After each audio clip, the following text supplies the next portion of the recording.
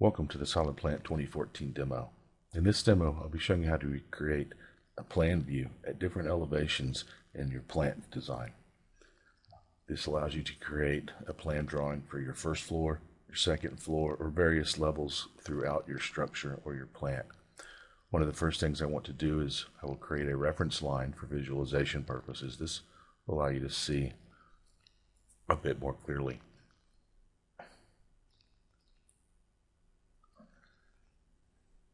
I'll simply draw that line along the lowest parts of my existing.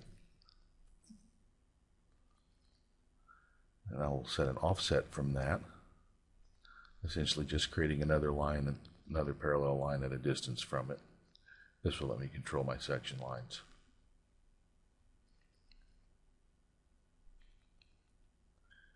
And then we'll add another line at 9,000 away. So there we quickly created a couple of offset lines. Now the feature we'll use to create our actual drawing is the section view tool. So we want to do a section here at this level to show all of those equipment in this area. So I'll select my upper line, go to the view layout and select section view. And we just simply say OK.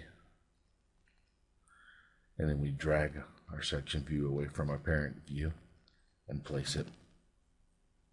Wherever we click, it will be placed. And of course, we can easily move it later.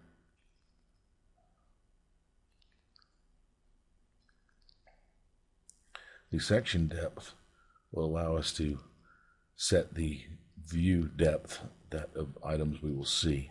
So we will limit that view depth to 6,000, and this way we will not see all of the way to the ground floor. So in essence, we are only looking at the second floor objects that we are interested in. And this is how you can very easily and quickly use the SOLIDWORKS section tool to create a plan view of different elevations in your plant design from SOLIDPLANT 2014.